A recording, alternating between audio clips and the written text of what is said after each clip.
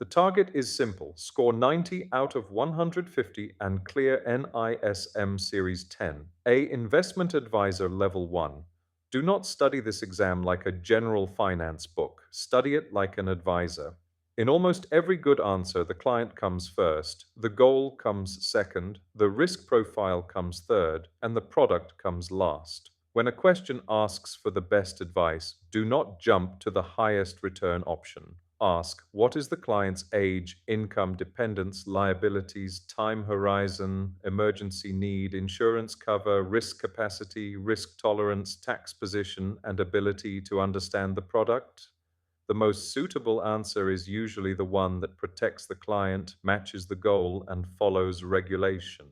The paper has 91 mark MCQs and 60 marks from caselets. That means theory alone is not enough. You need concepts, formulas, and judgment. There is negative marking, so blind guessing is costly. If you can eliminate two options, answer. If all four options look equally unknown, move on and return later. The highest weightage is Module 1, Personal Financial Planning, with 37 marks. Module 3, Investment Products, has 30 marks. Module 6, Operations, Regulations, Compliance and Ethics, also has 30 marks. Together, these three modules can carry you close to passing if you are strong. Module 4, Manage Portfolios, has 23 marks. Module 5, Portfolio Construction and Performance Evaluation, has 20 marks. Module 2, Indian Financial Markets, has 10 marks. So the winning order is master financial planning and time value of money, understand products and manage portfolios, get comfortable with regulation and ethics, and finally keep formulas and market structure sharp. Start with personal financial planning. Financial planning is the process of organizing income, expenses, assets, and liabilities so that a client can meet current needs and future goals. Income may be salary, business, profession, pension, rent, interest, dividend, or capital gains. Expenses may be routine expenses such as food, rent, school fees, and EMAs, or large future expenses such as education, marriage, house purchase, retirement, and medical emergency. Financial planning exists because income and expenses do not arrive at the same time. A person may earn well today but may have no income in retirement. A person may save today but may not save enough for future goals. A person may invest aggressively but may not have insurance or emergency funds. The planner's job is to convert a scattered financial life into a structured plan. The correct process is collect client data, define goals, analyze current financial position, identify gaps, prepare recommendations, implement the plan, and review it periodically.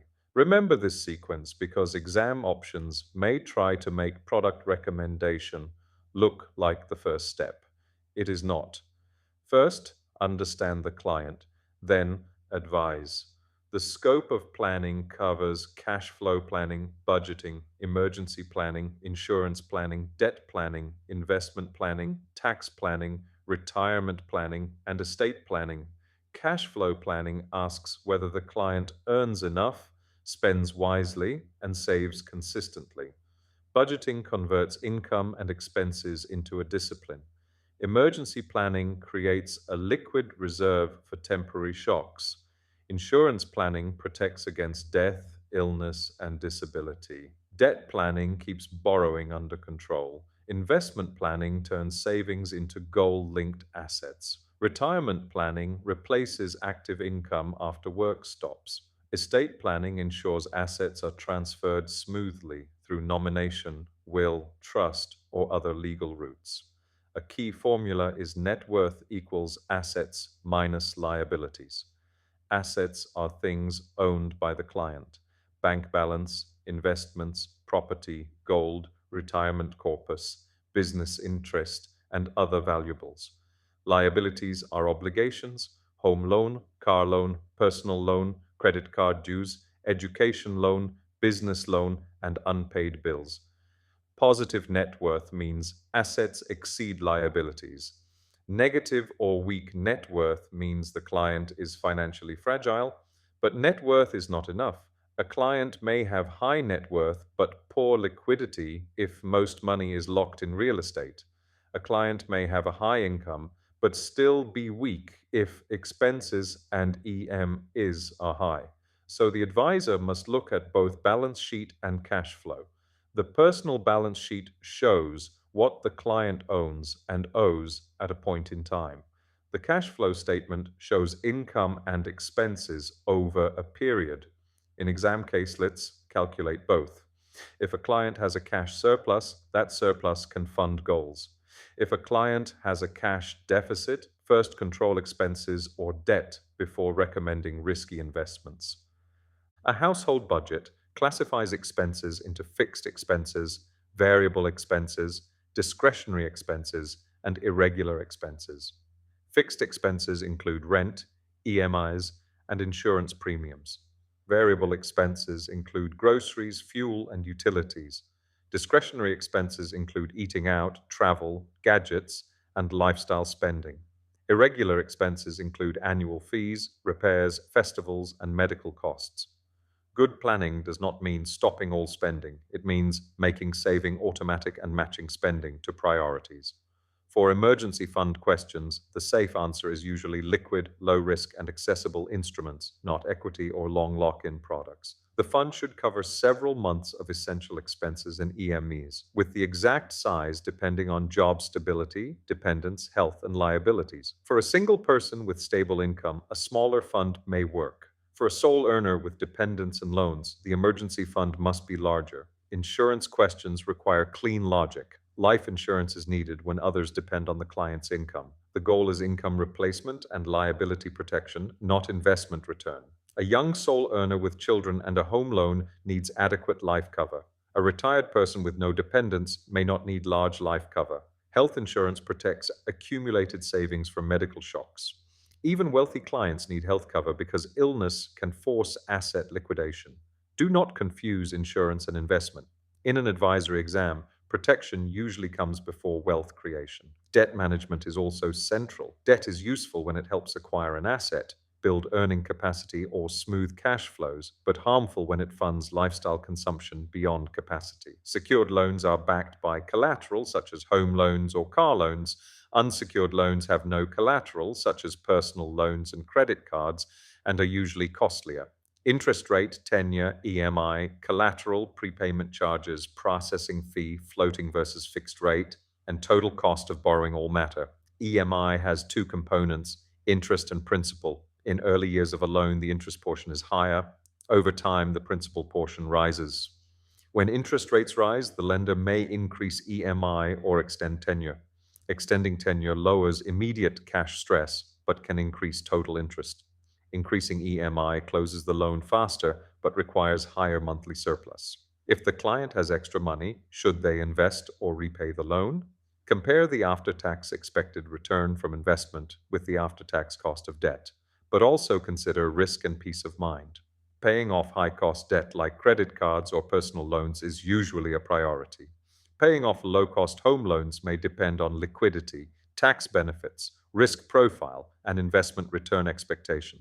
Debt ratios are important. Debt to income and debt service ratios measure how much income goes into debt repayment. A high EMI burden reduces savings ability and increases financial stress. Responsible borrowing means borrow only what can be repaid comfortably, understand all loan terms, avoid rolling over credit card balances, maintain credit discipline, and align loan tenure with asset life. Time value of money is one of the most scoring areas. The central idea is that money today is worth more than the same money tomorrow because today's money can earn a return. Future value answers, what will today's money become? Present value answers, what is a future amount worth today? The future value of a lump sum is principal multiplied by 1 plus rate raised to the number of periods. The present value is future value divided by 1 plus rate raised to the number of periods. If compounding frequency increases, the future value increases. Annual compounding is less powerful than quarterly or monthly compounding at the same nominal rate. In calculator or spreadsheet questions, Be careful with rate and period. Monthly SIP needs monthly rate and number of months. Annual goals need annual rate and number of years. For annuity, equal payments are made at regular intervals. Ordinary annuity assumes payment at the end of each period. Annuity due assumes payment at the beginning. Annuity due has higher future value because each payment compounds for one extra period. Perpetuity is a stream of cash flows forever. Present value of perpetuity is cash flow divided by discount rate. Growing perpetuity is cash flow next period divided by discount rate minus growth rate. CAGR is the annual compound growth rate from beginning value to ending value. CAGR equals ending value divided by beginning value, raised to 1 divided by number of years minus 1. Real return adjusts nominal return for inflation. Approximate real return is nominal return minus inflation, but the more accurate formula is 1 plus nominal return divided by 1 plus inflation minus 1. Inflation matters because goals become costlier. If education costs 20 lakh rupees today and inflation is 8%, the future cost will be much higher. In caselets, first inflate the goal cost, then discount or calculate savings needed. Do not mix today's cost and future cost. For goal planning, 3 questions matter. How much is needed, when is it needed, and what return assumption is suitable? Short-term goals need safer assets and lower return assumptions. Long-term goals can take more growth exposure if risk profile permits. A common exam trap is recommending equity for every long-term goal. Equity can be suitable for long horizons, but only after emergency fund, insurance, and debt position are sound. Now move to Indian financial markets. A financial market transfers funds from savers to users of funds. The Indian financial system includes regulators, intermediaries, issuers, investors, exchanges, depositories, clearing corporations, and market infrastructure institutions. SEBI regulates the securities market and protects investors. RBI regulates monetary policy, banks, and money market. IRDAI regulates insurance. PFRDA regulates pension. Corporate affairs, stock exchanges, depositories, and other bodies also play roles. The market is divided into money market and capital market. Money market deals with short-term instruments, usually up to 1 year. Capital market deals with long-term securities such as equity and bonds. The primary market is where securities are issued for the first time. The secondary market is where existing securities are traded. IPO is an initial public offering. FPO is a follow-on public offer. Rights issue gives existing shareholders the right to buy more shares. Bonus issue gives additional shares out of reserves without new cash from shareholders. Stock split reduces face value and increases number of shares, but does not change total ownership value immediately. Dividend distributes profit. Buyback is when the company repurchases its own shares.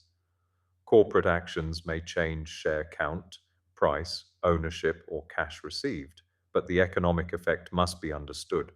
In secondary market questions, know the role of brokers, exchanges, clearing corporations, and depositories.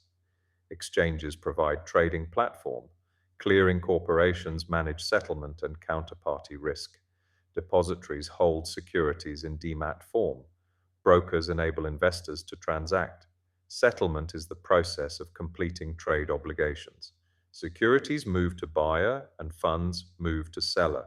Now come to investment products. Investment means committing money today to earn income, capital appreciation, or both. Every product must be judged by return, risk, liquidity, tax treatment, transparency, cost, regulation, suitability, and time horizon. Equity represents ownership in a company. Equity returns come from dividends and capital appreciation. Equity has high long-term growth potential, but also high volatility and risk of loss.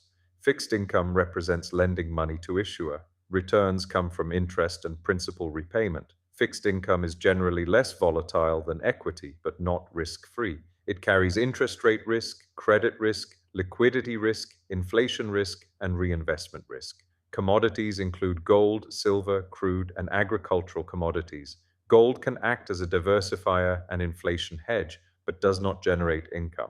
Real estate can provide rent and appreciation, but has low liquidity, high transaction cost, and concentration risk. Structured products combine debt and derivatives, and returns depend on underlying strategy. They should not be assumed to be capital protected or guaranteed unless explicitly structured and understood. Distressed securities are securities of companies in financial stress and are suitable only for sophisticated investors with high risk appetite. Alternative assets such as art and collectibles may diversify but are illiquid, unregulated, and require expertise. For equity analysis, remember the basic tools. EPS is profit available to each share. Price earnings ratio is market price divided by EPS. A high PE may mean high growth expectation or overvaluation. A low PE may mean undervaluation or poor prospects. Price to book compares market price with book value per share. Dividend yield is dividend per share divided by market price. Return on equity measures profitability relative to shareholder funds. Debt equity ratio shows leverage. Free cash flow, margins, sales growth, corporate governance, management quality, and industry position matter. In exam answers, do not rely on one ratio. Valuation needs comparison with peers, history, growth, and risk. Discounted cash flow values a business by discounting expected future cash flows. Relative valuation compares a stock with similar companies using ratios like PE, EV over EBITDA, or P over B. Technical analysis studies price and volume patterns. Fundamental analysis studies business, financials, economy, and valuation. Qualitative analysis studies management, governance, industry, brand, competition, and sustainability. Equity risk includes market risk, business risk, liquidity risk, valuation risk, event risk, and behavioral risk. Diversification reduces unsystematic risk, but cannot eliminate market risk. Fixed income is another major scoring area. A bond has face value, coupon, maturity, issuer, and yield. Coupon is the stated interest payment. Yield is the return based on current price and future cash flows. Bond price and interest rates move inversely. When interest rates rise, existing bond prices fall. When interest rates fall, existing bond prices rise. Longer maturity and lower coupon bonds are more sensitive to interest rate changes. Duration measures interest rate sensitivity and approximate time to recover cash flows. Higher duration means higher price sensitivity.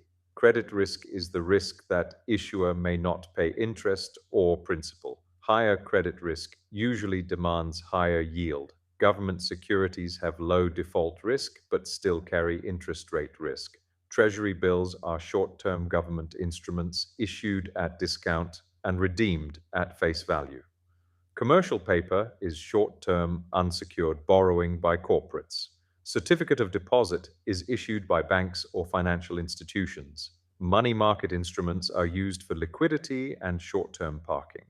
Corporate bonds can offer higher yields but need credit evaluation. Small savings instruments such as PPF, NSC, Senior Citizen Savings Scheme, and other government-backed schemes are relevant for retail investors, especially for safety and tax planning, but each has rules, lock-in, and eligibility. Bond pricing questions are simple if you remember. Price is the present value of coupon payments plus present value of principal. If coupon rate is higher than market yield, bond trades at premium. If coupon rate is lower than market yield, bond trades at discount. If coupon equals yield, bond trades near par. Yield to maturity is the return if bond is held till maturity and cash flows are reinvested at the same yield. Current yield is annual coupon divided by current market price and ignores capital gain or loss. Now, derivatives. A derivative derives value from an underlying asset such as equity, index, currency, commodity, or interest rate. The major types are forwards, futures, options, and swaps. A forward is a customized agreement between two parties. A future is standardized and traded on exchange with margin and daily mark-to-market. An option gives a right but not obligation. A call option gives the right to buy. A put option gives the right to sell. The buyer of an option pays premium and has limited loss to the premium. The seller receives premium but may have large risk. Derivatives are used for hedging, speculation, and arbitrage. Hedging reduces risk. Speculation takes risk for profit. Arbitrage tries to exploit price differences. In suitability questions, derivatives are not automatically bad, but they are complex and need understanding, marginability, and risk capacity. A conservative retail client seeking safety should not be pushed into derivatives. A business with currency exposure may use derivatives for hedging. Now, mutual funds. A mutual fund pools money from investors and invests according to the scheme objective. The investor gets units. NAV is the value per unit and equals market value of assets minus liabilities divided by number of units. Mutual funds offer diversification, professional management, liquidity, transparency, regulation, and convenience, but they also carry market risk. Open-ended schemes allow purchase and redemption on ongoing basis. Close-ended schemes have fixed maturity and may be listed. Interval schemes are open for transaction only during specified intervals. ETFs trade on exchange like shares and usually track an index or asset. Direct plans have lower expense ratio because no distributor commission is embedded. Regular plans involve distributor support and higher expense ratio. Growth option reinvests gains in NAV. IDCW option distributes income or capital subject to availability and rules, but distribution is not guaranteed. Expense ratio reduces investor return, so lower cost helps, but suitability and service needs also matter. Equity funds invest mainly in equity and suit long-term growth with higher risk. Debt funds invest in fixed income and suit income, stability, or short to medium goals, depending on duration and credit profile. Hybrid funds mix equity and debt. Liquid and overnight funds suit short-term parking, but are not substitutes for bank accounts in every situation. Index funds and ETFs offer passive exposure. Sector funds are concentrated and riskier. Thematic funds also carry higher concentration risk. ELSS offers tax benefit with lock-in but is still equity risk. SIP is systematic investment plan. It helps disciplined investing and rupee cost averaging, but it does not guarantee profit. STP is systematic transfer plan, often from debt or liquid fund to equity over time. SWP is systematic withdrawal plan and can support cash flow needs, but withdrawals reduce corpus. A key mutual fund exam trap is assuming past performance is the best basis. It is not. The advisor should look at scheme objective, risk, portfolio, cost, consistency, benchmark comparison, fund manager process, tax, time horizon, and suitability. Now, PMS Portfolio Management Service is more customized than mutual fund and is regulated separately. A discretionary portfolio manager manages funds independently according to agreement. A non-discretionary portfolio manager acts according to client directions. In advisory PMS, the manager gives advice and the client decides and executes. PMS is for larger investors and cannot accept funds or securities below the prescribed minimum, which is 50 lakh rupees as per the workbook. PMS portfolios are held separately for clients and must be managed in fiduciary capacity.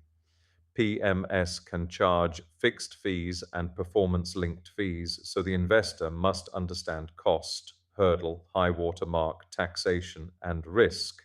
PMS is not a mutual fund. It is not a pooled product in the same way. The portfolio manager must not make it look like a mutual fund. Now, AIFs, alternative investment funds, are privately pooled investment vehicles.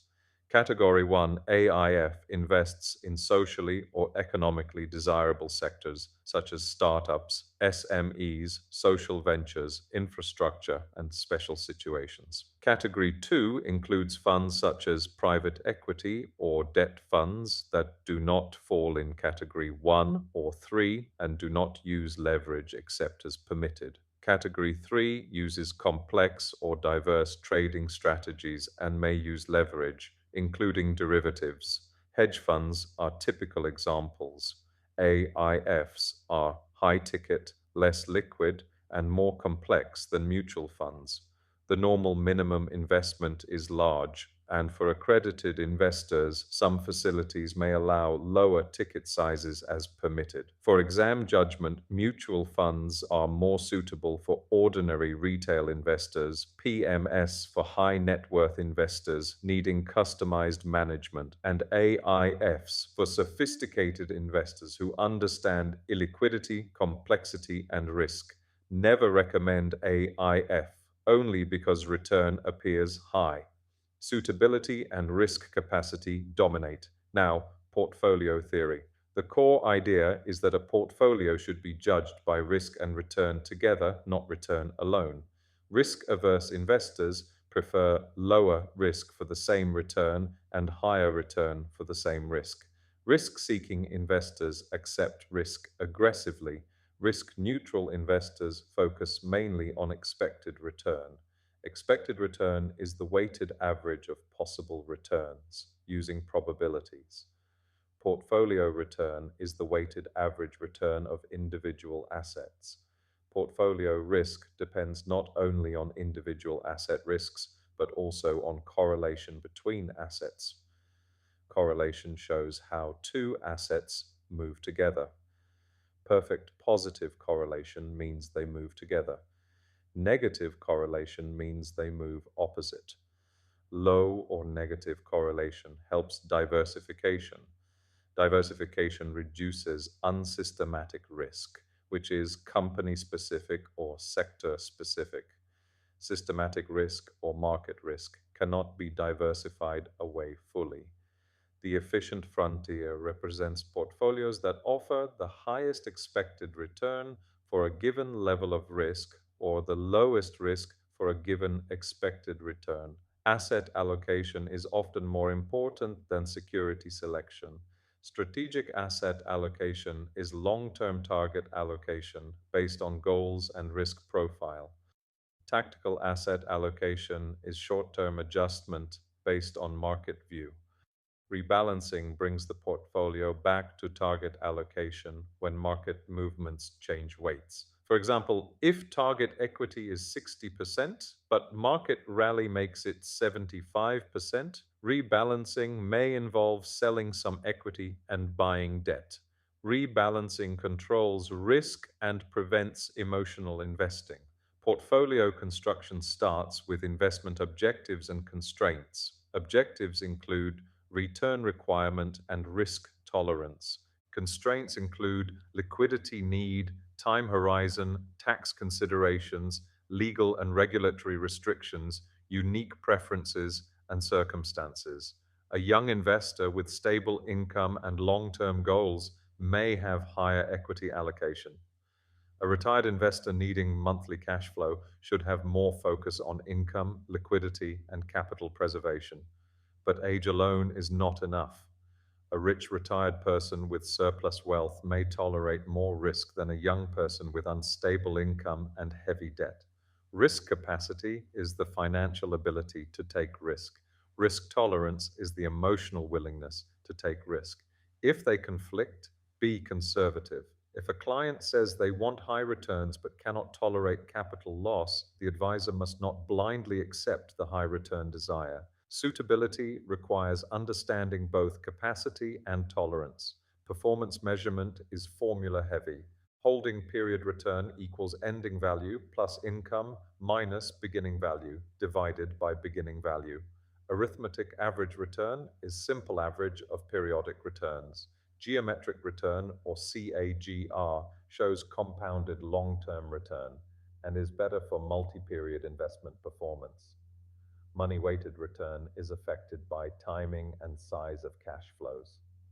Time-weighted return removes the effect of external cash flows and is useful for evaluating fund manager performance.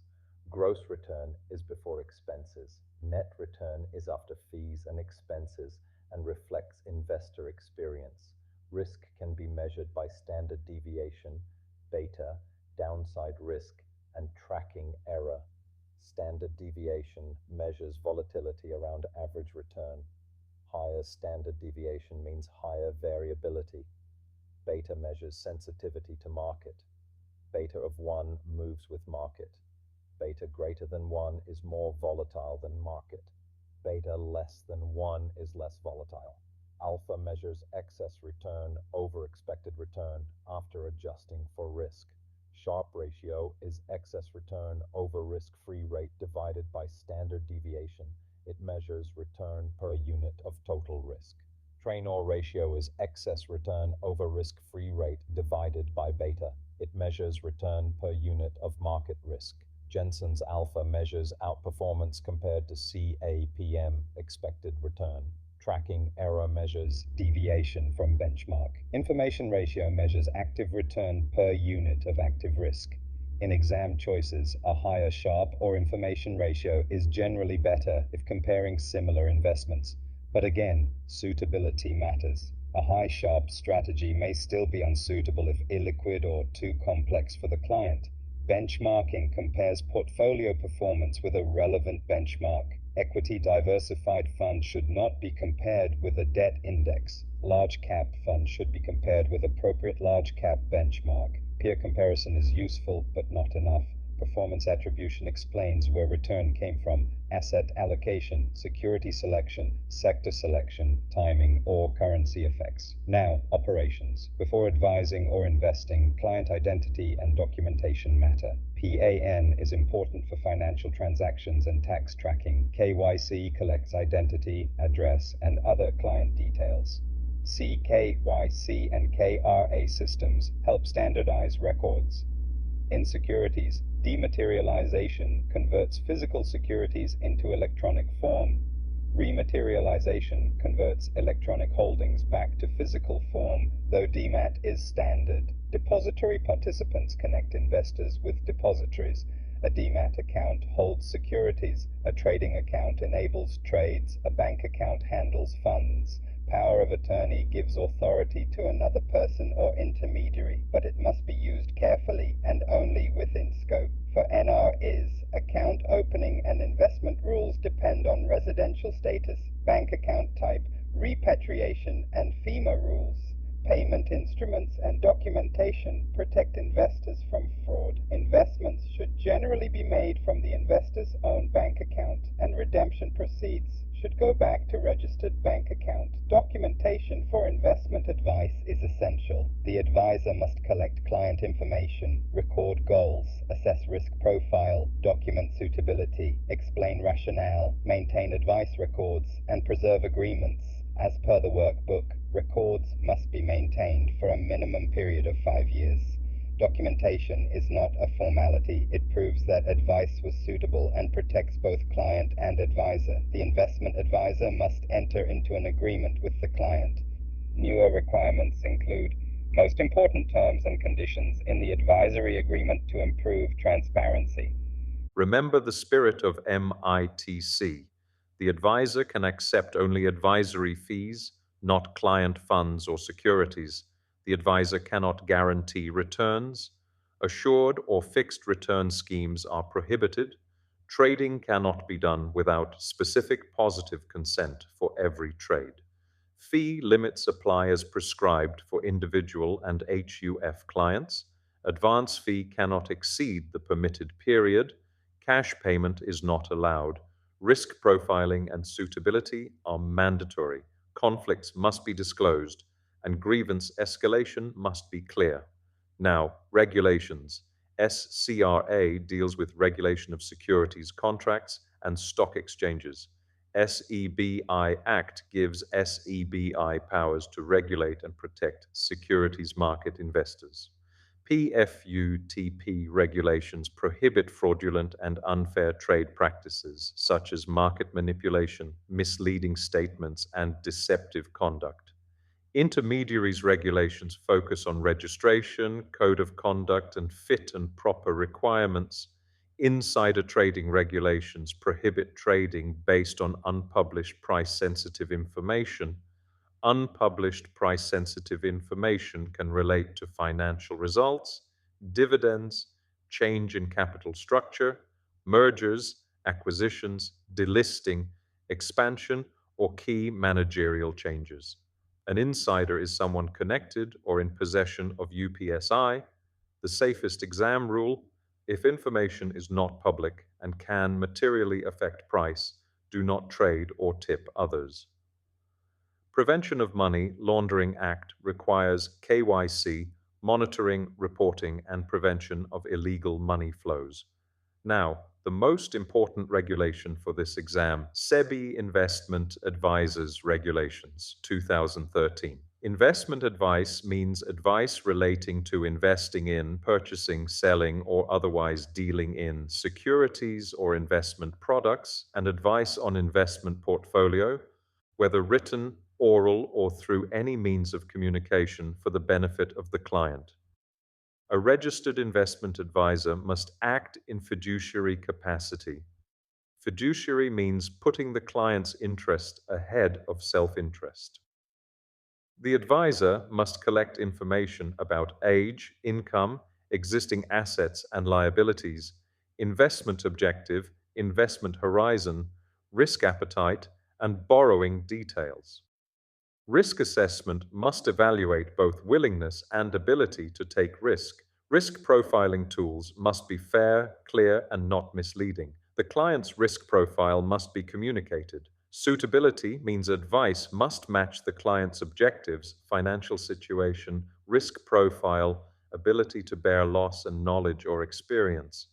For complex products, the advisor must have reasonable basis to believe the client understands the structure and risk-reward profile.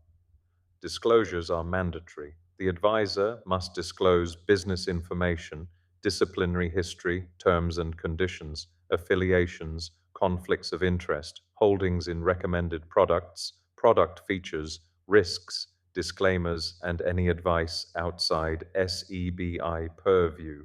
The March 2026 workbook also includes disclosure of the extent of use of artificial intelligence tools in providing investment advice.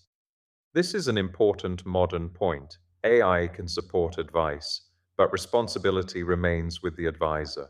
Records must include KYC, risk profiling, suitability assessment, client agreement, advice given, rationale, client list with PAN, date and nature of advice, and related records. Fees must be transparent and collected in permitted modes. The advisor cannot guarantee returns and cannot accept client money or securities. Advice and execution must be separated appropriately, and conflicts must be managed. If a question asks, what is most ethical or compliant, choose disclosure, suitability, documentation, consent, and client interest. Do not choose secrecy, guarantee, commission bias, pressure selling, or unauthorized execution. Ethics is not just a chapter, it is the exam's mindset.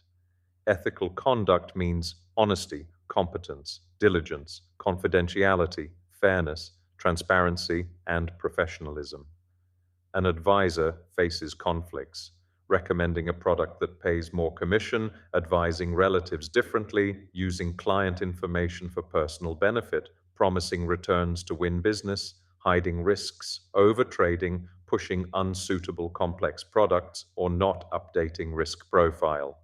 The ethical answer is to avoid or disclose conflict, act in client interest, and document the rationale. Fiduciary responsibility means loyalty and care. Loyalty means client interest first.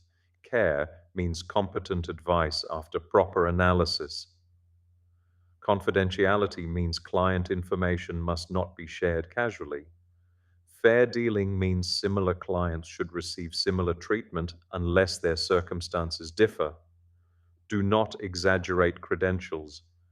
Do not cherry-pick performance. Do not imply guaranteed returns. Do not use misleading advertisements.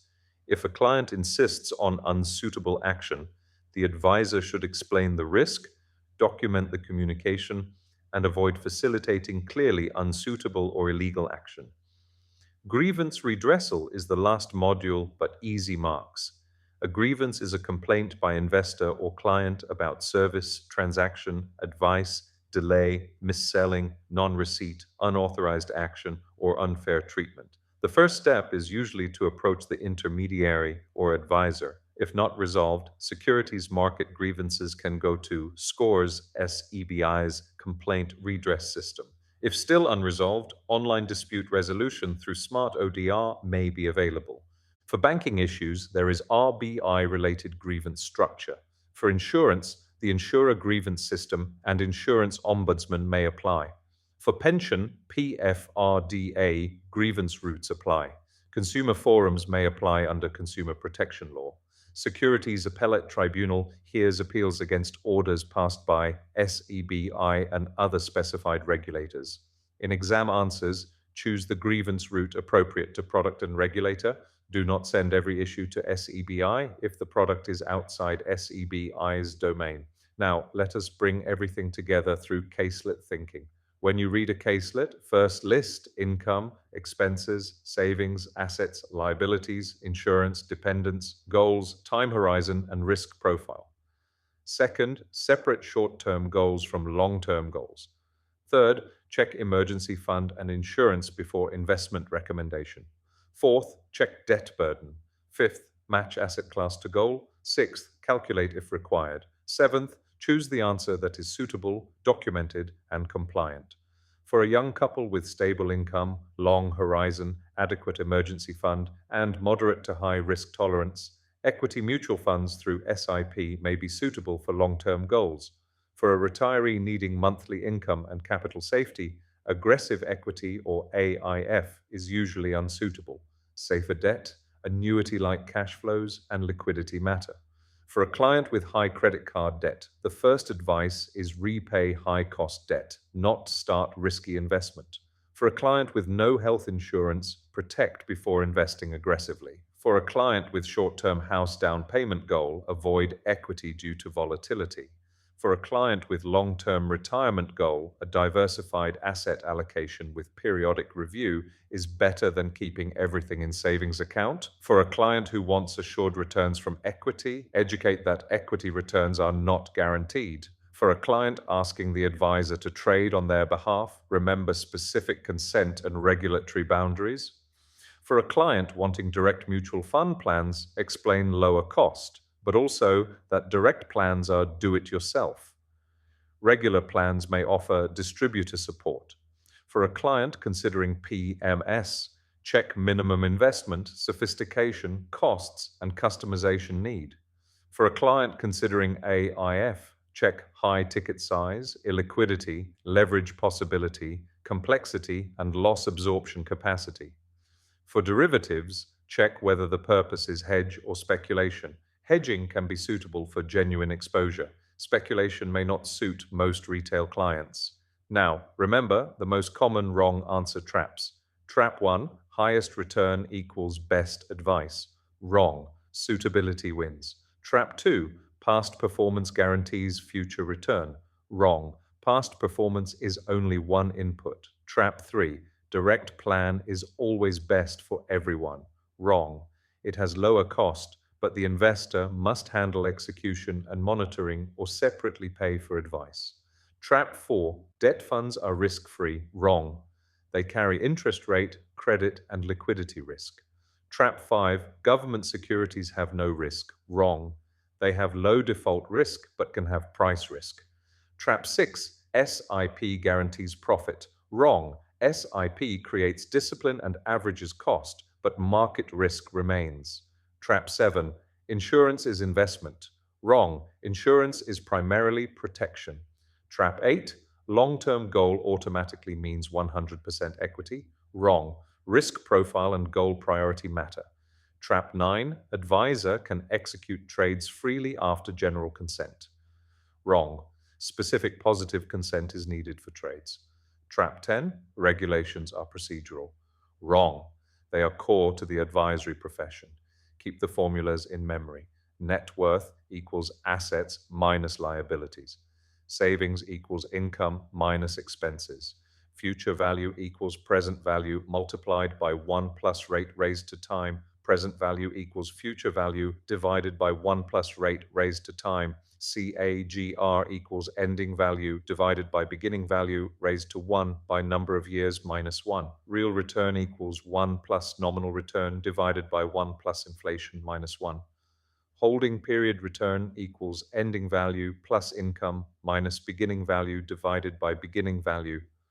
Portfolio return equals weighted average of asset returns. Bond price equals present value of coupons plus present value of principal. Current yield equals annual coupon divided by market price. Sharpe ratio equals portfolio return minus risk-free rate divided by standard deviation. Traynor ratio equals portfolio return minus risk-free rate divided by beta. Alpha is return over expected risk-adjusted return. Duration indicates interest rate sensitivity. Use the same periodicity in formulas. Monthly rate with monthly periods, annual rate with annual periods. In caselets, write numbers carefully. For negative marking, formula discipline matters more than speed. Here is a more practical way to listen to the paper in your head. Imagine the question says, a client is 32, earns well, has no dependents, has an emergency fund, and wants retirement wealth after 25 years. The answer can include growth assets because the horizon is long and risk capacity may be reasonable. Now, change one line. The client needs the money in 18 months for a house down payment. The answer changes immediately. Equity becomes risky because the goal is short-term and important. Now change another line. The client has a large unpaid credit card balance. The answer changes again. Repay costly debt before investing for extra return. This is how the exam works. One fact in the caselet can change suitability. Do not memorize products in isolation. Memorize the decision logic. For liquidity needs, choose liquid and low-risk options. For protection gaps, choose insurance and emergency planning. For long-term growth, choose diversified equity exposure if risk profile permits. For income needs, choose suitable debt-oriented or cash flow products. For complex products, check knowledge, capacity for loss, and disclosure. For conflicts, disclose or avoid. For execution, take consent. For records, document everything. Another useful exam lens is the difference between risk tolerance and risk capacity. Risk tolerance is psychological, how much volatility the client can emotionally accept. Risk capacity is financial, how much loss the client can afford without damaging goals. A young person may have high capacity but low tolerance. A wealthy retired person may have high capacity but low tolerance. A sole earner with children may want high returns but have low capacity because family goals cannot be endangered. If tolerance and capacity differ, the safer answer is generally to respect the lower of the two. The advisor's job is not to flatter the client's desire for high returns, it is to prevent unsuitable risk. For goal planning, classify every goal into essential, important, and aspirational. Essential goals such as emergency needs, insurance protection, children's education, and retirement security get priority. Aspirational goals like luxury travel or second home can be delayed or resized. In caselets, when money is limited, the best answer may not be to invest more aggressively. It may be to increase savings, postpone a goal, reduce expenses, repay debt, buy insurance, or change asset allocation. Remember, financial planning is not magic compounding. It is disciplined trade-off management. For tax-related questions, do not overcomplicate beyond the workbook's level. Tax matters because post-tax return is what the client receives. A product with a higher pre-tax return may not always be superior after tax, cost, and risk. but never choose an investment only for tax benefit. Tax planning must fit the larger financial plan. Similarly, do not choose insurance only for tax deduction. Choose it for protection need. Do not choose ELSS only for tax saving if the investor cannot accept equity risk and lock-in. For retirement planning, the core challenge is replacing active income with corpus-generated cash flow. Estimate retirement expenses, adjust for inflation, estimate retirement years, factor existing assets and savings. Then choose an allocation that balances growth before retirement and stability after retirement. Longevity risk means the client may live longer than expected and outlive savings. Inflation risk means the purchasing power of retirement income may fall. Sequence risk means poor returns early in retirement can damage corpus. Therefore, retirees need liquidity, safety, income, and some growth, not a careless chase for high returns. For fixed income revision, keep one image in mind: a seesaw. Interest rate up, bond price down. Interest rate down, bond price up. Long duration makes the seesaw bigger. Low coupon and long maturity make the bond more sensitive. Credit risk is a different risk, whether the borrower will pay. A high-yield bond may look attractive, but high yield may signal high risk. Do not recommend low-rated debt to a conservative investor just because the coupon is high. For mutual funds, remember that the scheme name is not enough. Read the objective. A balanced advantage fund, aggressive hybrid fund, liquid fund, gilt fund, credit risk fund, and sector fund all have different risks. A debt fund can lose money when interest rates rise or credit quality falls. A gilt fund has low credit risk but high duration risk if maturity is long. A liquid fund is lower risk but not guaranteed. A sector fund can underperform for long periods. Index funds reduce fund manager risk but still carry market risk. For PMS and AIF, the exam likes distinction. Mutual fund is pooled, widely accessible, and regulated for retail participation. PMS is customized or separately managed and requires higher minimum investment. AIF is privately pooled, high ticket, less liquid, and meant for sophisticated investors. If a normal salary earner with modest savings appears in the caselet, mutual funds are usually more suitable than PMS or AIF. If a wealthy, knowledgeable investor wants customized strategy and can bear risk, PMS may be considered. If a sophisticated investor seeks private equity, venture, hedge, or special situation exposure and understands lock-in and complexity, AIF may be suitable. For ethics, make the answer boring and clean. Boring is good in regulation. Do not promise return. Do not hide fee. Do not accept client securities. Do not trade without consent.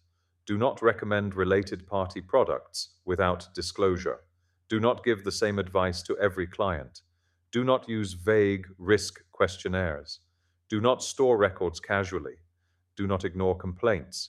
Do not claim SEBI approval as a performance endorsement. Do not use AI or any tool without appropriate disclosure where required. The ethical answer is often the one that protects the client, even if it reduces the advisor's revenue. For the final 24 hours before the exam, do not try to read every page again. Revise weightages, formulas, product differences, IA regulations, risk profiling, suitability, records, MITC, grievance routes, and caselet method. Practice interpreting questions. When you see most appropriate, think suitability. When you see least risky, think capital protection and liquidity. When you see long-term wealth, think diversified growth, but only after risk profile. When you see guaranteed equity return, reject it. When you see client asks advisor to execute, check consent.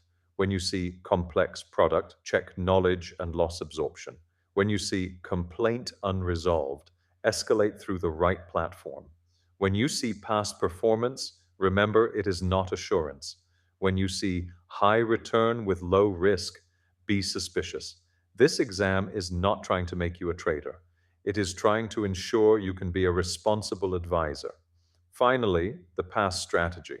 First, collect easy marks from definitions, regulations, ethics, and product features. Second, handle numerical questions calmly and avoid calculation shortcuts that mix periods. Third, read caselets as an advisor, not as a salesperson. Fourth, when two answers look correct, choose the one that is more client-specific, documented, transparent, and compliant. Fifth, do not ignore low-weight chapters because easy marks can come from market structure and grievance redress. Sixth, revise Module 1, Module 3, and Module 6 repeatedly because they carry the most marks and also appear inside caselets. Seventh, remember that Level 1 is about minimum common knowledge benchmark, so the exam rewards clear, practical understanding more than fancy theory. If you listen to this script repeatedly, your mental checklist should become automatic. Client profile, goal, horizon, liquidity, insurance, debt, risk capacity, risk tolerance, asset allocation, product suitability, cost, tax, documentation, disclosure, consent, and grievance route. That checklist is the backbone of passing. The best investment advisor is not the person who knows the most products. It is the person who gives suitable advice, explains risk, avoids conflict, documents rationale, and keeps the client's interest first. That is also the logic of this exam.